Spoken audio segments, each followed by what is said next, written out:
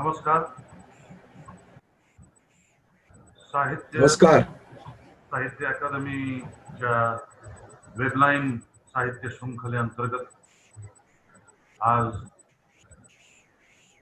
आपण थ्रू माय विंडो माझ्या दृष्टीने हा कार्यक्रम आयोजित करत आहोत. या कार्यक्रमात सगळ्यात आधी मी आपणा सगळ्यांचं स्वागत करतो. माझ्या दृष्टीने या कार्यक्रमामध्ये एक लेखक, कवी, समीक्षक, आपल्याला समकालीन असलेल्या दुसऱ्या लेखक किंवा कवीबद्दल आपला विचार मांडतो. त्या स्वरूपानुसार आज आपल्या बरोबर या कार्यक्रमात आहेत श्री संजय आर्वीकर. संजयजी, या कार्यक्रमात साहित्य अकादमीच्या वतीने मी आपलं मनपूर्वक स्वागत करतो. नमस्कार.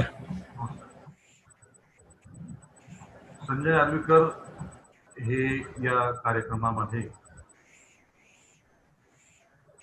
कमल देसाई या मराठीतल्या सुप्रसिद्ध लेखिकेबद्दल आपला विचार मांडले. आर्वीकरांची जी ग्रंथसंपदा आजपर्यंत प्रकाशित झालेली आहे त्यामध्ये शोध एलकुन स्वारांच्या नाट्यकृतींचा हा समीक्षा ग्रंथ आणि नव्या अवकाशातील आनंद यात्रा हा लेखक, कवी, समीक्षक यांच्या प्रदीर्घ मुलाखतींचा संग्रह, प्रारंभ हा कथासंग्रह, साहित्य, नाटक, चित्रपट विषयक समीक्षा लेखांचा संग्रह त्रिवेणी, विश्वांगण हा जागतिक कीर्तीच्या परकीय लेखकांसह भारतीय लेखक, कवी, समीक्षक, संशोधक यांच्यावरील आस्वाद समीक्षेचा ग्रंथ, प्रतिसृष्टी हा जागतिक कीर्तीचे परदेशी आणि भारतीय चित्रपट दिग्दर्शक, नाटककार यांच्या कलाकृतींविषयी आस्वादक समीक्षेचा ग्रंथ. याशिवाय सध्या नव अनुष्टुप या नियतकालिकातून जागतिक कीर्तीचे कलावंत, लेखक, विचारवंत यांच्या आत्मपर लेखनाचा वेध घेणाऱ्या मालिकेचं लेखनही ते करत आहेत.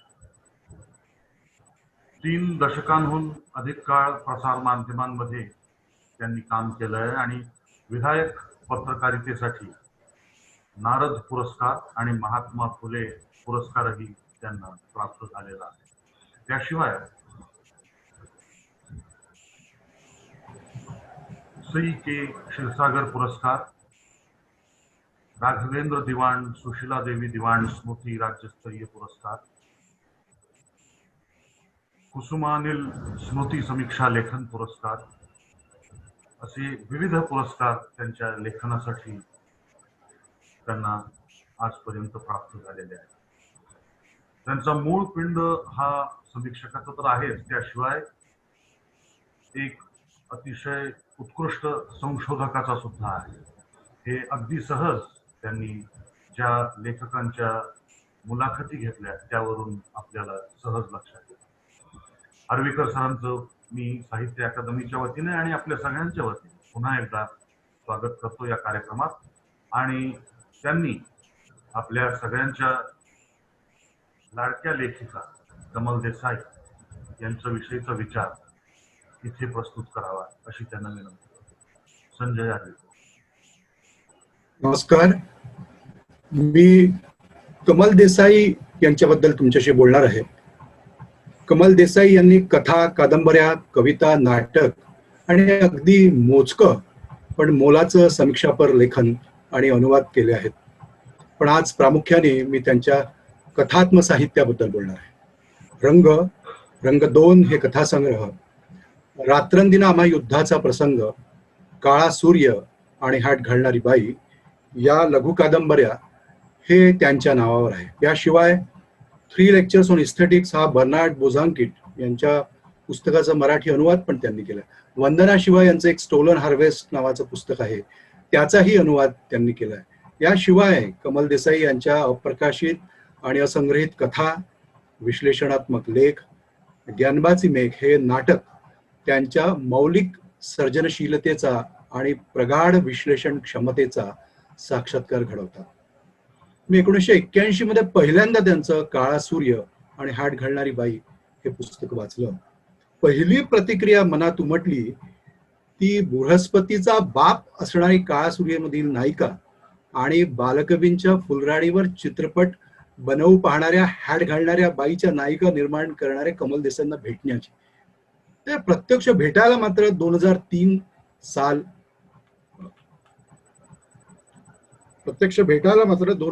साल उमटलं. त्या आमच्या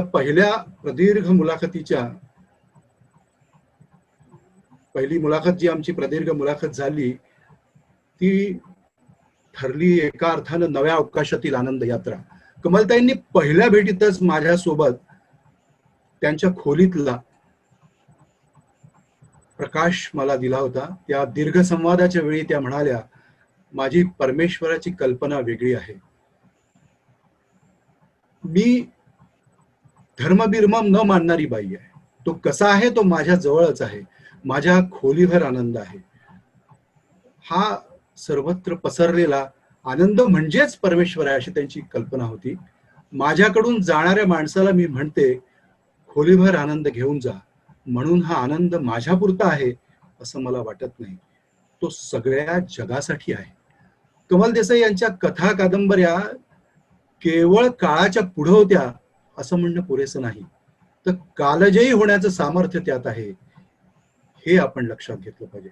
कमल देसाई यांच्या कथा साहित्याकडे वळण्यापूर्वी त्यांच्याशी झालेल्या संवादातला एक दीप आपण इथे पहिल्यांदा उजळू आणि या अवतरणाच्या प्रकाशात मग आपण पुढे जाऊ. कमलताई म्हणतात, साहित्यच खरं ज्ञान देतं. साहित्य मला सत्यही सांगतं. साहित्य विचार देतं, जगणं प्रत्यक्ष करतं. कमल देसाई यांची कथा गंगाधर गाडगीळ यांच्या पिढीनंतरचा आधुनिकतेचा टप्पा आहे असं मानलं जातं. व्यक्तिशः मला गाडगीळांच्या पिढीतील सदानंद रेगे यांच्या कथांचा आणि कमल देसाई यांच्या कथांचा तुलनात्मक अभ्यास करणं गरजेचं आहे असं वाटतं.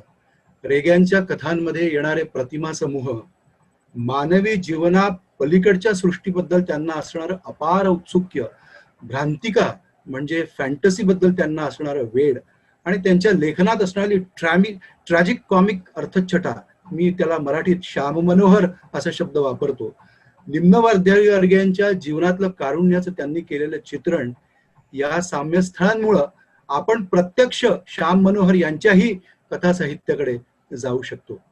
आधुनिक काळाचा संदर्भ येताच एकूण मराठी साहित्याचा कथा विश्वाचा जर विचार केला तर अन्य कुणाच्या कथा लेखनापेक्षा विलास सारंग, दिलीप चित्रे आणि अनिल डांगे या तुलनेनं कमल देसाई नंतरच्या पिढींच्या कथाकारांचा विचार त्यांच्या बरोबर करणं अधिक संयुक्त ठरेल.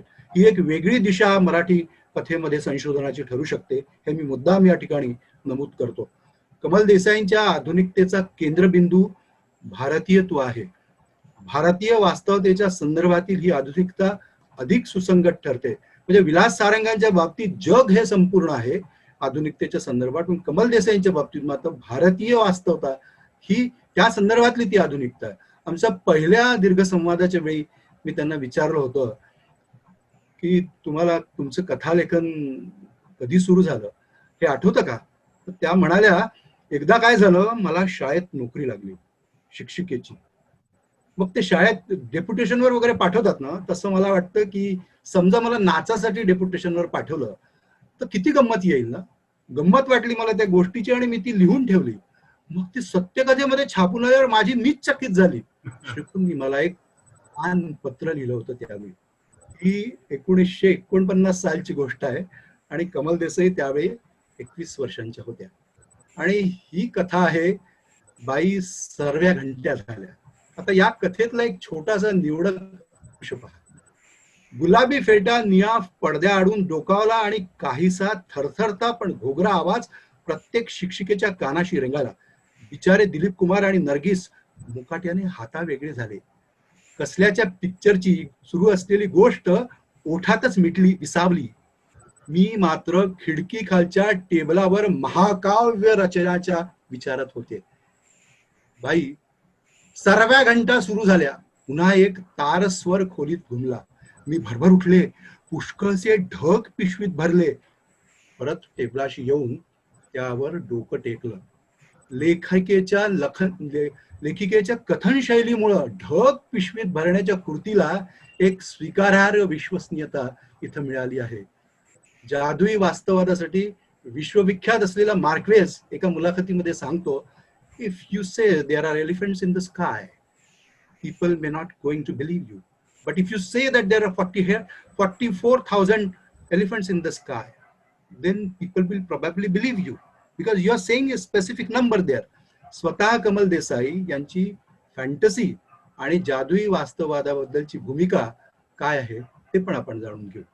पहिल्यापासून मला काहीही करायची सवय होती. काहीही करत असताना मी फॅन्टसीत केव्हाही जायची. फॅन्टसी शिवाय माणूस जगू कसं शकतं हेच मला कळत नाही. मला क्षणाक्षणाला फॅन्टसी लागते. उगवत्या सूर्याबरोबर आणि त्याच्या किरणांबरोबर खेळणं, त्याला म्हणणं ये चहा प्यायला, इथंच माझी फॅन्टसी सुरू होते. मार्क्वेसचा मॅजिक रिअलिझम आहे आणि माझा पण मॅजिक रिअलिझम आहे. कमल देसाईंच्या कथावाङ्मयातील या पहिल्या कथेतल्या आणि प्राथमिक स्वरूपाच्या उदाहरणानंतर आता आपण एक उंच उडी घेऊन काळा सूर्य या त्यांच्या अत्यंत आशयघन अशा कादंबरीकडे वळू. त्यातला एक अंश पहा.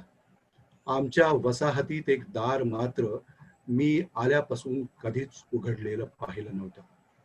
तिथं केदारनाथ बेंद्रे राहतो, त्याची मुलगी आणि तो. त्याच्या दारावरही एक छापील कागद चिकटवला होता. अरे नीचा अधमा धमा कन्या गमनी तू, तुला सापाला ठेचतात तसं ठेचणार आहोत. एखादे ग्रीक नाटक माझ्यासमोर घडणार होते. चित्रकारानं बेंद्रेबद्दल मला खूप सांगितलं. तो स्वतःला म्हणे शिशुपाल म्हणवतो. मी स्वतःला शिशुपाल म्हणवत नाही, मी खुद्द शिशुपालच आहे. परमेश्वराचा कंटाळा आला की तो एक खेळ करतो. त्याच्यात विलीन झालेल्या आम्हा लोकांना तो हळूच बाहेर कडून दरबार भरवतो. मी एकदा नाकारलं. ते काही नाही, मी तुझ्यात शिरणार नाही, वाटल्यास तू माझ्यात शिर. अरे तू शिशुपाल, मी ईश्वर, हे असंच राहणार. या थापा नकोत, त्या तुझ्या तत्वज्ञानाला शोभत नाही. तू मीचा भाव इथे संपला आहे. तुला मुळापासून पाप उभारण्याची लहर आलेली दिसते. तू पापी आहेस, होय की नाही? तुला कबूल आहे? नाही, मला कबूल नाही. मी माझ्या वर्तनाची जबाबदारी स्वीकारतो, तुमच्या स्वाधीन होतो. परंतु मी पाप निर्माण केलेलं नाही, हे इथलंच या मातीचं आहे. मी तर मरतोच, परंतु मला तसं मारल्यानं ही भूमी पापरहित होईल असं तुम्हाला वाटतं का? या अंशाकडे विश्लेषक दृष्टीनं पाहिल्यास दुःस्वप्न, फॅन्टसीतून विकसित झालेला प्राककथा सदृश जग, ईश्वराच्या विरोधात असलेला प्रतिगृह, काळाच्या चौकटी भेदून जाणारी वास्तवाधारित चिरंतन कथासूत्र, स्वातंत्र्य मूल्य, ईश्वराधिष्ठित सत्तेविरुद्धची मेटाफिजिकल बंडखोरी, पाप संकल्पना, ही सगळी आशयसूत्र इथे एकमेकांमध्ये मिसळून गेलेली दिसतात. पुढे काळा सूर्याची नायिका म्हणते, माझी तयारी होताच मी काळ्या सूर्याखाली सुरुंगाचं क्षेत्रच पेरलं. नाहीतरी ते अश्वरथाचं देऊळ काय करायचं? मी एकदम उठून सुरुंगांना बत्ती लावली. शिवाय कोणी सांगावं, यातूनच पुन्हा काहीतरी चांगलं निघेल. आजवर इथं काही उगवत नव्हतं, आता पाऊस पडेल, उगवेल. मायथॉलॉजीच्या अंगाने जर विचार केला तर काळा सूर्य ही एकाच वेळी सृष्टी अंताची आणि सृष्टी प्रारंभाची ही आधुनिक प्राककथा ठरू शकेल, कारण पुन्हा उगवेल असं त्या इथं म्हणतायत. यातील अश्वरथ, शिशुपाल, बेंद्रे, काळा सूर्याची नायिका यांचं मृत्यूसन्मुख होणं लक्षात घेतलं तर ती या कथानकातील प्रतिव्यूहाचा पण आपण विचार केला तर एकाच वेळेस जसं अँटी हिरो असतं तसं अँटी हिरोईन मिथ आणि तिचा बळी पण त्यात जातो, म्हणून मिथ ऑफ सॅक्रिफाईस अशी ही ठरू शकते. अवतार कल्पना भारतीय जनमानसाला चांगली परिचित आहे, पण ती परमेश्वराच्या बाबतीत आहे. मात्र कमल देसाई यांचा बेंद्रे आणि शिशुपाल यांचा संवाद आपण आता ऐकला, या संवादाने बेंद्रे हा शिशुपालाचा कलियुगातला अवतार आहे का, असा पण विचार करता येऊ शकतो. काळा सूर्याच्या नायिकेला मेटाफिजिकल लेवलवर नेणं हे कलावंत म्हणून तुमचं उद्दिष्ट होतं का, या माझ्या प्रश्नाला उत्तर देताना कमल देसाई उत्तरतात, मला ते केलंच पाहिजे, बंड केलं पाहिजे असं वाटलं तर बंडखोरीबद्दल द रिबेल कामूचं पुस्तक आहे, आपल्याला सगळ्यांना माहिती आहे. त्याच्यामध्ये तो म्हणतो, नाही म्हणणारा, नकार देणारा तो बंडखोर, पण त्याच्या नकारात सर्वस्व त्या गर्भित नसतो. स्वतःच्या बुद्धीने विचार करू लागताच तो होकारावर येऊन ठेपतो. आपल्या देऊळ उद्ध्वस्त करण्याच्या बंडखोर कृतीनं आता तिथे काहीतरी उगवेल असं म्हणणारी काळा सूर्याची नायिका अंतिमतः होकारावर आलेली आहे. शिवाय या नायिकेच्या बंडखोरीत पुरुष सत्तेला आव्हान देण्याचा स्त्रीवादी परतत्वात्मक निषेधही मिसळलेला आहे. कमल देसाई यांच्या साहित्यात अभिव्यक्त झालेली डेथविश म्हणजे मृत्यूसन्मुखता ही सुद्धा जीवनाबद्दलची, जीवनाविरुद्धची बंडखोरी आहे असा अन्वयार्थ आपल्याला मांडता येऊ शकतो. शिवाय स्त्रीला बंडखोरी करताना केवढ्या मोठ्या मानसिक संघर्षाला सामोरं जावं लागतं याचंही चित्रण त्यांच्या कथांमध्ये आहे. उदाहरणार्थ रंगत्रयी नावानं ओळखली जाणारी त्यांची 3 कथांची मालिका. काळा सूर्याला काळ आणि अवकाशाचं व्यापक, खरं म्हणजे अनंत म्हणावं असं परिमाण आहे.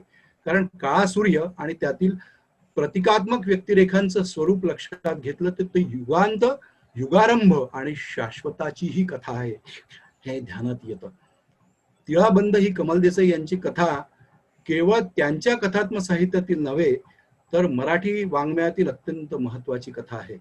स्वचा शोध, फॅन्टसी, स्वप्न स्मृती, इच्छापूर्ती, प्रत्यक्षातलं जीवन यांच्यातला परस्पर संबंध, माणसाच्या आयुष्यातील जाणीव नेणिवेच्या संधिकालातील अनुभव, नाटकातील व्यक्तिरेखा साकारणं हाच एक प्रकारचा इम्पल्स ठरणं, मूळ व्यक्तिमत्व आणि नाटकातील व्यक्तिरेखांची सरमिसळ होणं, स्वशोधामध्ये पूर्वस्मृती जाग्या होणं, ही या कथेतील काही महत्वाची आशयसूत्र आहेत.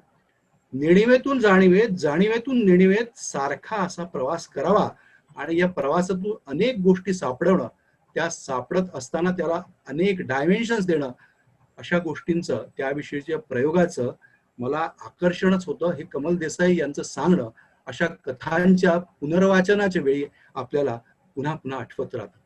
तिळाबंद या कथेतली उर्मिलेचं प्रत्यक्ष जीवन, तिचं अंतर्मन, नाटकाच्या निमित्तानं तिच्या मनोव्यवहारात निर्माण झालेली वादळं, तिचा विखंडित स्वशोधाचा तिच्या मनावर आलेला ताण, या साऱ्यांना गवसणी घालत ही कथा तिळातिळानं आपल्याही मनाचा दरवाजा उघडते. स्वचा, खऱ्या मीचा शोध आणि अंतःप्रेरणेनुसार जगणं या दृष्टीनं रंगत्रयी, हरवलेले 4 दिवस, न संपणारी गोष्ट, आत्मा विकणे आहे, पाळत, मी फॉलस्टॉपच्या प्रेमात पडते, या कथा आणि कमल देसाईंच्या 3ही कादंबऱ्या विशेष अभ्यास करावा अशा आहेत. व्यक्ती आणि समाजाचं नातं कशा स्वरूपाचं आहे याचाही बहुस्तरीय शोध कमल देसाई यांच्या लेखनात आपल्याला दिसतो. भारतीय समाजात व्यक्तीला पुरेसं स्थान मिळत नाही. जीवन व्यवहारात बहुतेक वेळा समाज व्यक्तीवर हुकूमत गाजवत असतो असेही त्यांच्या कथांमधून ध्वनित होतं. व्यक्ती आणि समाजाच्या नात्यांबरोबरच व्यक्ती व्यक्तीमधील परस्पर संबंध आणि त्याला असणारं अतिभौतिक परिमाण, या दृष्टीनं आत्मा विकणे आहे ही त्यांची कथा फार लक्षणीय आहे. आत्मा विकणे या कथेचा प्रारंभच आत्मा विकणे आहे, गरजूंनी भेटावे अशी पाटी एका माणसानं लावली आहे. या तपशिलानं सुरू होते ही कथा. हा आत्मा धारण करणाऱ्या माणसाला मालकानं जा मजा कर, हे मुक्त विहंगमा असं सांगितलं आहे. पण तो काय म्हणतो? तो म्हणतो, मला पूर्वीसारखंच गोठ्यातलं सुरक्षित जीवन द्या हो, किती सुखी असतं तेच. दुसरेच आपल्यासाठी सगळंच करतात, आपण काय करायचं ते पण तेच ठरवतात. कसं स्वतंत्र मुक्त वाटतं अशा वेळी. म्हणजे आपल्याला कसं आपण स्वतः असायची जरुरीच नाही असं आत्मा विकायला गेलेला माणूस म्हणतो. हे स्वातंत्र्याचं भय आहे. फिअर ऑफ फ्रीडम या पुस्तकामध्ये एरिक फ्रॉम हा मानसशास्त्रज्ञ म्हणतो, मानसशास्त्रीय दृष्ट्या विचार करायचा झाला तर चाकोरीबद्ध जगणारा मनुष्य जीवशास्त्रीय दृष्ट्या जिवंत असला तरी भावनिक आणि मानसशास्त्रीय दृष्ट्या मेलेलाच होत आहे. त्याच्या स्वतंत्र व्यक्तिमत्वाच्या एकात्मतेचा बळी दिल्यानंतरच या मोबदल्यात त्याला एक नवी ठिसूळ सुरक्षितता मिळते. अशी ही ठिसूळ सुरक्षितता आत्मा विकणे आहे यातल्या नायिकाला मिळालेली आहे. आत्मा परत घेण्यास नकार देताना देवानं दिलेलं उत्तर पण मोठं सूचक आहे. देव पुन्हा पुन्हा येतो कमल देसाईंच्या ह्याच्यात. आत्मा परत घेण्याचा अधिकार मला नाही. आत्मा असणं हा तुझा स्वाभाविक हक्क आहे. तू तो तत्परतेनं सांभाळायला हवा. इथे देवाचं उत्तर आपल्या नागरिक शास्त्राच्या मास्तरासारखं वाटतं. आता माणूस आणि निसर्गाचं नातं निर्जीवांना सजीवत्व देणं या त्यांच्या साहित्यसृष्टीतील महत्वाच्या एका आशयसूत्राकडे वळू. या दृष्टीनं मोडका बाजार या कथेतील सगुणाबाई या व्यक्तिरेखाचा विशेष विचार करावा लागतो. कमल देसाईंच्या दृष्टिकोनातून या सगुणाबाई मानवी संवेदन क्षमतेचं परिपूर्ण रूप आहे. त्या यंत्राशी बोलतात, सर्व संवेदना हरवलेल्या मृतवत केदारशीही समजून घेतात. नेहमीसारखा सर्वसामान्य माणसाशीही त्यांचा संवाद आहे. तुमच्या या दृष्टिकोनाचं प्रतिबिंब सगुणाबाईमध्ये दिसतं असं निरीक्षण मी नोंदवलं तर त्या म्हणतात, हो हो मला ते आणायचंच होतं. सगुणाबाई हीच खरी मनुष्य आहे. तिलाच जीवन कळलं आहे. मोडका बाजारमध्ये जीवनातील सकारात्मकता नकारात्मकता एकमेकांना बिलगून व्यक्त झालेली आहे. जे कुलकर्णी यांच्या कथांप्रमाणेच कमल देसाई यांच्या कुटुंब कथांनी मराठी कथांच्या कक्षा विस्तारल्या आहेत. विस्कटलेल्या कुटुंबाची प्रतिमा त्यांच्या लेखनात पुन्हा पुन्हा येते. या विस्कटलेल्या कुटुंबाचं चित्रण करताना त्या विस्कटलेल्या विश्वाच्या पसाऱ्याचं लघुरूप उभं करतात. विश्वरचनेच्या पेशी या अर्थानं त्या कुटुंबाकडे बघतात. व्यक्तीच्या कुटुंबाच्या प्रश्नाला चिरंतन सनातन प्रश्नांशी जोडणं आणि या कथांमध्ये असलेली दृश्यात्मकता याच्यामुळे मला सत्यजित राय यांच्या विशेषतः अप्पू ट्रायलॉजीची आठवण येते. या दृष्टीनं कमलताईंचं महादेववाडी ही कथा म्हणजे मास्टरपीस म्हणावा अशी आहे. या कथेत दोन विश्व आहेत, एकाच जगण्याच्या दोन तऱ्हा असण्यासारखं. एक आहे मराठे आणि डॉक्टर मोक्षगंडम यांचं श्रीमंत विश्व आणि दुसरं आहे अण्णा मुखर्जींचं कुटुंबीय आणि त्यांच्या कुटुंबियाप्रमाणेच दरिद्री कनिष्ठ मध्यमवर्गीय या चौकटीत बसू शकणारी अनेक कुटुंब. मात्र दोन्ही विश्वांना एकमेकांमुळे अर्थ आहे. मराठ्यांची समृद्धी इतरांच्या दारिद्र्यामुळे उजळून निघते तर इतरांचं दारिद्र्य आणि न्यूनपण मराठी कुटुंबियांमुळे अधोरेखित होतं. महादेववाडीतील माणसांचे जगण्याचे प्रश्न त्यांच्या आर्थिक सामाजिक परिस्थितीमुळे निर्माण झाले असं नाहीत. त्याला जणू भागधेयाचं टोक आहे आणि ते प्रत्येकाला रुतलेलं आहे. कमल देसाई यांच्या श्रेष्ठ कुटुंब कथांमध्ये महादेववाडीसह रंगतळीतील तिसरी कथा आम्हा घरी धन, मी एक मुंगी तू एक मुंगी, ही पूर्णता, होना हो हो होना आणि श्राद्ध या कथांचा समावेश आहे. प्लास्टिकचे विश्व अशी एक आणखी त्यांची कथा आहे. या कथेत प्रारंभीच नैसर्गिकतेच्या विरोधात्मक कृत्रिमता या अर्थानं प्लास्टिकचा संदर्भ आलेला. देवगडचा अर्थात महाराष्ट्रातील कोकण किनारपट्टीचा समुद्र असलेल्या गावाचा उल्लेख तिथं आहे. प्लास्टिकचे विश्व या कथेचं सर्वात महत्वाचं वैशिष्ट्य असं आहे की बहुतेक चौकटीतल्या व्यक्तिरेखांचा वापर करून कमल देसाई चौकटी बाहेरची कथा सांगतात. ही कथा जशी विकासाची वाट बघत बसलेल्या अल्पसंतुष्ट गावाची आहे तशीच ती भारताच्या दुभंगलेपणाची आहे. शिवाय जागतिकीकरणाची सुस्पष्ट चाहूल या कथेमध्ये आहे. विकास, औद्योगिकीकरण, संस्कृती, मानवी श्रद्धा आणि विकासाच्या नावावर चांगला स्वार्थी खेळ याचा वेध या कथेमध्ये आहे. कृती ज्ञानावर विसंबून साऱ्या जगाचा, आपल्या अवतीभोवतीच्या रचनेचा, विस्कटलेल्या पसाऱ्याचा, अस्तित्वाचा, जीवनार्थाचा शोध एका अर्थी मोडक्या बाजाराचा अर्थ लावण्यासाठी धडपडणारी, त्यासाठी सर्वस्व देऊ पाहणारी माणसेही कमल देसाईंच्या कथात्म साहित्यात येतात. मानवी ज्ञानाच्या मर्यादेचं आशयसूत्र कमल देसाईंच्या कथा वाङ्मयात पुन्हा पुन्हा पुनरावृत्त होतं. या दृष्टीनं रात्रंदिना आम्हा युद्धाचा प्रसंगामधील प्रबोधचंद्र, श्रीनिवास, सुशीला, मधु, अंधार यज्ञमधील कृष्णन, DS, मी फॉलस्टॉपच्या प्रेमात पडतेची नायिका, आसूर्याची नायिका, तिळाबंद मधील उर्मिला राजे या व्यक्तिरेखांचा विशेष अभ्यास करावा अशा या व्यक्तिरेखा आहेत. माणूस आणि परमेश्वर यांच्यातला परस्पर संबंध हा कमल देसाईंच्या साहित्यातील अत्यंत महत्वाचा आणि सशक्त पैलू आहे. त्यात पापसंकल्पनेचाही धागा गुंफलेला आहे. त्या अनुषंगानं त्यांच्या साहित्यात येणाऱ्या चर्चांमधून अप्रत्यक्षपणे परमेश्वर शरण दृष्टिकोन न स्वीकारता ईश्वरी सत्तेविरुद्ध प्रसंगी बंडखोरी करून आपल्या कृत्याची जबाबदारी स्वीकारणाऱ्या व्यक्तिरेखांना त्या अनोखी झळाळी प्राप्त करून देतात. म्हणजे पारंपरिक अर्थानं परमेश्वरी कृपा नसूनही तेजस्वी वाटणाऱ्या या व्यक्तिरेखा आहेत. हे तेज आणि त्यांना लेखिकेनं मिळवून दिलेलं आहे. त्यांच्या व्यक्तिरेखांना हे तेज लेखिकेनं मिळवून दिलेलं आहे.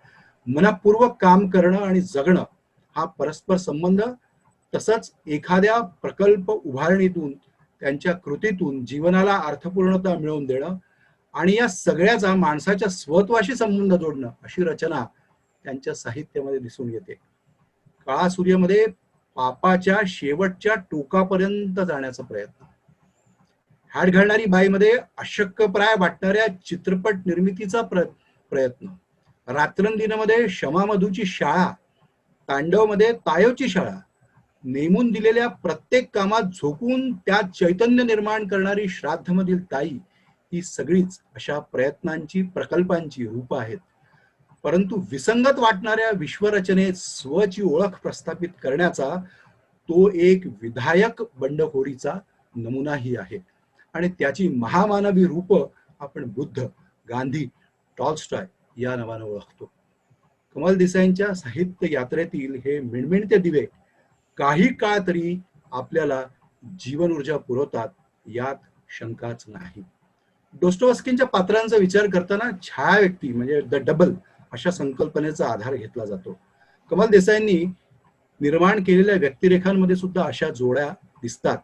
त्या व्यक्तिरेखा परस्पर पूरक असून एकमेकांमुळेच या पात्रांना पूर्णत्व मिळतं. जसं काळा सूर्यामधील रामण्णा व्यंकण्णा, खरकोटमधील गंगाराम सदानंद, अर्थमधील अप्पा निरंजन, रात्रंदिनमधील मधु बोनी, अंधार यज्ञमधील कृष्णन अशोक.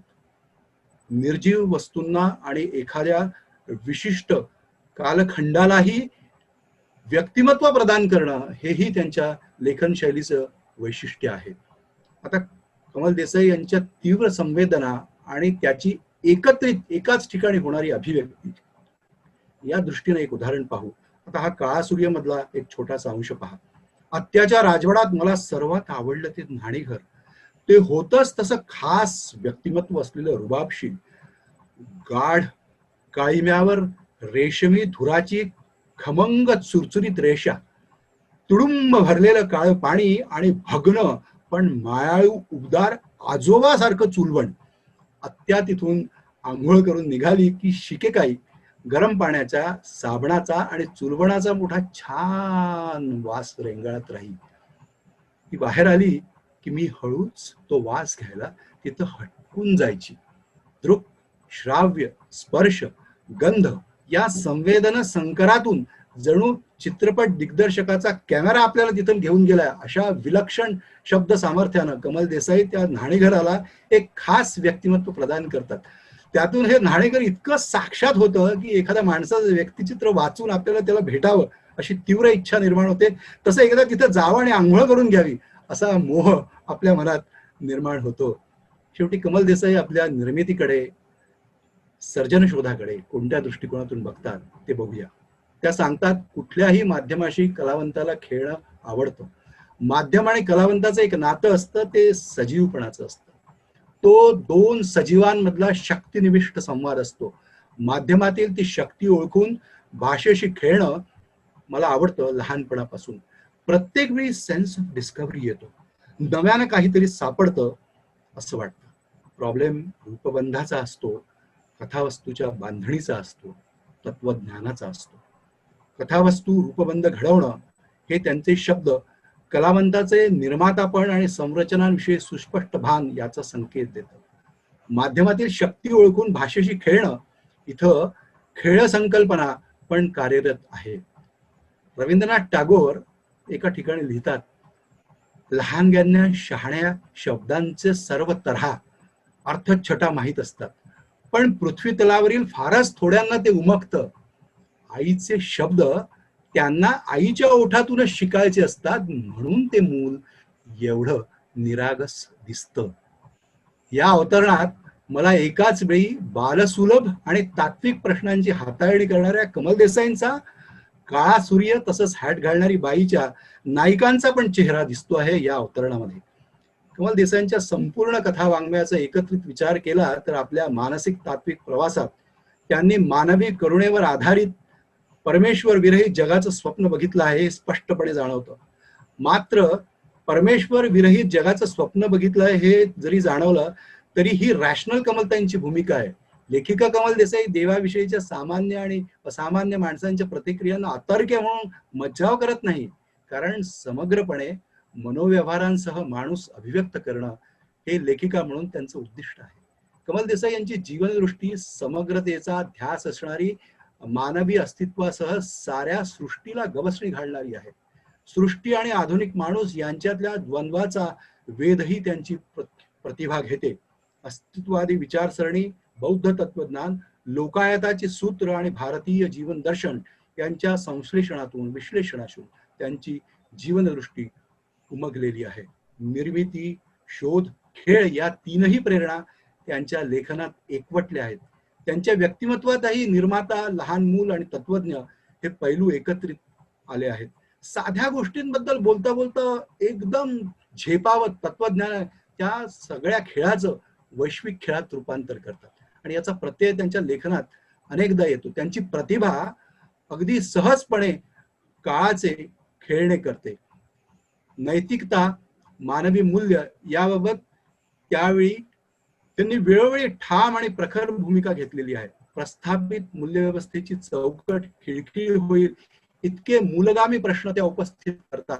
स्खलनशील माणसाला असणारं पापाचं आकर्षण हे सूत्र त्या परतत्वात्मक मेटाफिजिकल बंडखोरीपर्यंत नेऊन भिडवतात. त्यांचे स्वतःच्या अस्तित्वाचे प्रश्न सृष्टीच्या अस्तित्वापर्यंत विस्तारलेले असतात.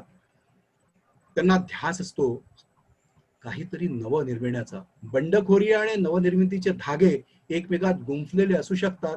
त्याचं साक्षात्कारी दर्शन त्यांच्या काळा सूर्य आणि हॅट घालणारी बाई या साहित्य कृती आपल्याला घडवतात.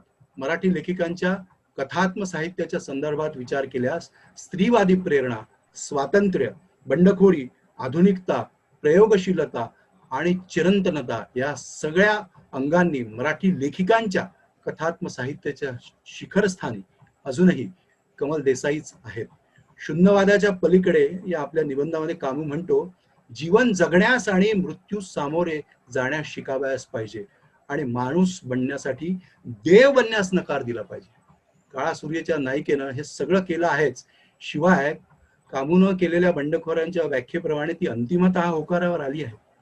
काळा सूर्याच्या वेळी वेगळ्या मार्गाने जाऊन संपूर्ण विश्व उभारणं ही कलावंत म्हणून तुमची प्रतिज्ञा दिसते. मी ते करू शकते की नाही ही गोष्ट वेगळी, पण मला ते करायचं आहे अशी मानवी प्रज्ञा तिथे दिसते. आणि त्याला एका प्रतिविहातून तुम्ही दिलेलं मेटाफिजिकल परिमाण असं निरीक्षण मी नोंदवलं. त्याला त्या म्हणतात, तू जे सांगितलं त्याच्यात मी एकच ऍडिशन करेन. मला ते अश्वरथाचं देऊ पाडण्यामागे एवढी एकच गोष्ट महत्वाची वाटली. मला सूचित करायचं होतं, उद्या तिथे उगवेल. त्यांच्या साहित्यात आलेलं कामात जीव ओतणारी माणसं, उदाहरणार्थ हॅट घालणारी बाईमधील राम, रात्रंदिनामधील मधुशमा, श्राद्धमधील ताई, ही सगळी माणसं उद्या तिथे इगवेल या आशेच्या मार्गाने चालणारीच आहेत.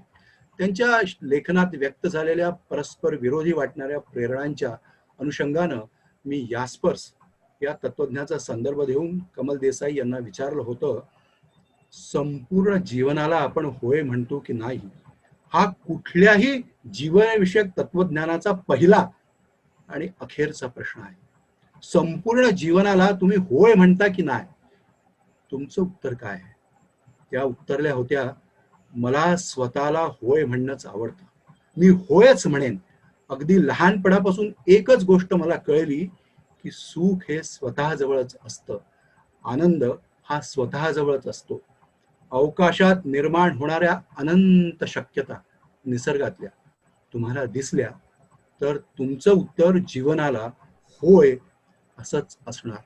अशी ही कमल देसाईंच्या साहित्यसृष्टीची यात्रा चैतन्यमयी. धन्यवाद. धन्यवाद संजयजी, तुम्ही अतिशय छान बोललात त्यांच्या कमल देसाईंच्या कथात्मक साहित्यावर. आणि त्यांच्या लेखन शैलीचे बारकावे सांगताना दोन अत्यंत महत्वाच्या गोष्टी तुम्ही त्यांच्या साहित्याबद्दल आणि त्यांच्या याच्या कौशल्याबद्दल सांगितले. एक म्हणजे त्यांची जीवनदृष्टी ही समग्रतेचा ध्यास असणारी होती.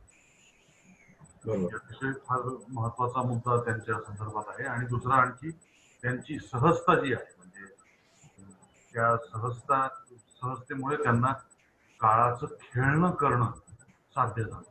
हम्म. हा अत्यंत बरोबर. सुंदर आणि अतिशय महत्वाचा मुद्दा त्यांच्या साहित्याबद्दलचा आणि त्यांच्या एकूण व्यक्तिमत्वाबद्दलचा सुद्धा आहे. याशिवाय तुम्ही भर जो दिला तो त्यांच्या साहित्यामध्ये जो अधिभौतिकतेचं परिमाण विशेष आहे आणि त्यांनी स्वतः सुद्धा त्याला विशेष महत्व दिलं. बरोबर. हे अतिशय 3 महत्वाचे मुद्दे तुम्ही फार चांगले मांडले. त्याबद्दल तुमचं अभिनंदन आणि साहित्य अकादमीच्या वतीने मनपूर्वक आभार देखील. धन्यवाद. धन्यवाद.